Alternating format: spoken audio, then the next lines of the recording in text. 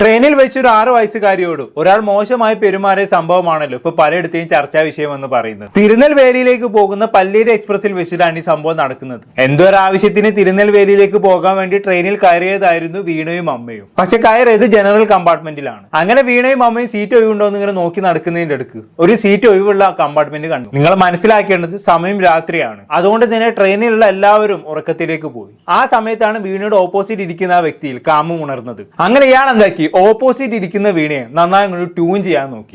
ഇത് മുളയിലെ നുള്ളി കളഞ്ഞില്ല വെച്ചാൽ പ്രശ്നം ഗൗരവമാവും. ഒരു ഏകദേശം എനിക്ക് തോന്നുന്നു ഞാൻ ചെറുതായിട്ട് ഉറങ്ങിയിട്ടുണ്ടായിരുന്നു. എല്ലാവരും ആ ട്രെയിനിലുണ്ടായിരുന്ന മിക്ക ആൾക്കാരും നല്ല ഉറക്കമായിരുന്നു. ഒരു 1:15 ആയപ്പോഴത്തേക്കിന് ഈ പുള്ളി എന്റെ കാലിൽ ടച്ച് ചെയ്തപ്പോഴത്തേക്കും പെട്ടെന്ന് ഞാൻ ഉണർന്നിട്ട് ഞാൻ ഈ പുള്ളിയെ നോക്കിയപ്പോൾ പുള്ളി മൈൻഡ് ചെയ്യാതെ അവിടെ ഇരിക്കുമായിരുന്നു. വീണ്ടും ഞാൻ വെച്ചാൽ അറിയാതെ തട്ടിയതായിരിക്കും എന്ന് വിചാരിച്ചിട്ട് വീണ്ടും ഞാൻ ജസ്റ്റ് ചെറുതായിട്ടൊന്ന് ഉറങ്ങിയപ്പം പുള്ളി ഇത് തന്നെ വീണ്ടും ആവർത്തിച്ചു. അപ്പൊ കാലിൽ തട്ടി. അപ്പൊ ഞാൻ എന്തുവാന്ന് വീണ്ടും ചോദിച്ചു പുള്ളിയെടുത്ത്. അപ്പൊ ഒന്നുമില്ല എന്ന് പറഞ്ഞു. സംഭവം നൈസായിട്ട് ആശാൻ ട്യൂൺ ചെയ്യാൻ നോക്കിയതാണ്, അഥവാ കിട്ടിയാലോ എന്നുള്ള രീതി. അങ്ങനെ വീണ എന്താക്കി ഉറക്കം ഒഴിവാക്കി ഫോണിൽ ന്യൂസ് ചാനലും കണ്ടിരുന്നു. ഇയാൾക്കാണെങ്കിൽ എങ്ങനെയെങ്കിലും ഇയാളുടെ ലൈംഗിക ദാഹം തീർക്കണം, മുട്ടി നിൽക്കാണ് ഇയാള്. അങ്ങനെ ഇയാളുടെ ഈ ട്യൂണിങ് പരിപാടി നടക്കില്ലെന്ന് കണ്ടപ്പോ പിന്നെ ഇയാൾ ചെയ്ത പരിപാടി എന്താണെന്ന് പെട്ടെന്ന് തന്നെ ബാക്കിലോട്ട് പുള്ളി പോയിട്ട് തറയിൽ കിടന്ന ഒരു കുട്ടീനെ എടുത്തോണ്ട് വന്നു. കുട്ടി ബെഡ്ഷീറ്റോട് പൊതച്ച് ഇട്ടേക്കുമായിരുന്നു അവരുടെ പേരൻസ്. ആ കുട്ടീനെ അവിടെ നിന്ന് എടുത്തോണ്ട് വന്നിട്ട് മടിയിലിരുത്തി. എന്നിട്ട് ഈ പുള്ളി ചെയ്ത് എന്താന്ന് വെച്ച് കഴിഞ്ഞാൽ ഈ ബെഡ്ഷീറ്റ് എടുത്ത് റൈറ്റ് ഷോൾഡറിലോട്ട് ഇട്ടതിന് ശേഷം ഈ കുട്ടിയുടെ ഷോർട്സിനകത്തൂടെ കൈ കയറ്റിട്ട് പ്രൈവറ്റ് പാർട്സിൽ, ബാക്കി എനിക്കത് പറയാൻ തോന്നുന്നില്ല, അത്രയും ക്രൂരമായിട്ടാണ് ആ കൊച്ചിന്റെ അടുത്ത് ചെയ്തത്.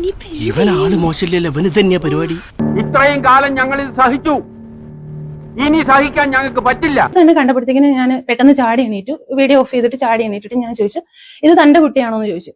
അപ്പൊ എന്റെ അടുത്ത് പറഞ്ഞു അല്ല. ഞാൻ പറഞ്ഞു താൻ അവരുടെ റിലേറ്റീവ് ആണോ? അപ്പൊ എന്റെ അടുത്ത് പറഞ്ഞു ആണെന്ന് പറഞ്ഞു. ഞാൻ പറഞ്ഞു ആര് എന്ന് ചോദിച്ചിട്ട് ഞാൻ ബാക്കിൽ വന്നിട്ട് അപ്പോഴത്തേക്ക് എന്റെ ബഹളം കേട്ടിട്ട് എല്ലാവരും ഉണർന്നു. അതിനകത്തുണ്ടായിരുന്ന എല്ലാവരും ഉണർന്നിട്ട് എന്താന്നൊക്കെ ചോദിച്ചു. അപ്പൊ ഞാൻ ബാക്കിൽ വന്നിട്ട് കുട്ടിയുടെ അമ്മ എടുത്ത് ചോദിച്ചു, ഇത് ഇയാൾ നിങ്ങളുടെ ആരെങ്കിലും ആണോ എന്ന് ചോദിച്ചു. അപ്പൊ അവര് പറഞ്ഞു അല്ല, ഞങ്ങൾക്ക് അറിയില്ല എന്ന് പറഞ്ഞു. അപ്പൊ ഞാൻ ചോദിച്ചു നിങ്ങളുടെ അടുത്ത് കിടന്ന ഒരു കുട്ടിയെ എടുത്തോണ്ട് പോയിട്ട് നിങ്ങൾ അറിഞ്ഞില്ല, ഒരാൾ വന്ന് എടുത്തോണ്ട് പോയാൽ അത് ശ്രദ്ധിക്കണ്ടേന്ന് ചോദിച്ചിട്ട് ഞാൻ അവരുടെ അടുത്തും പറഞ്ഞു.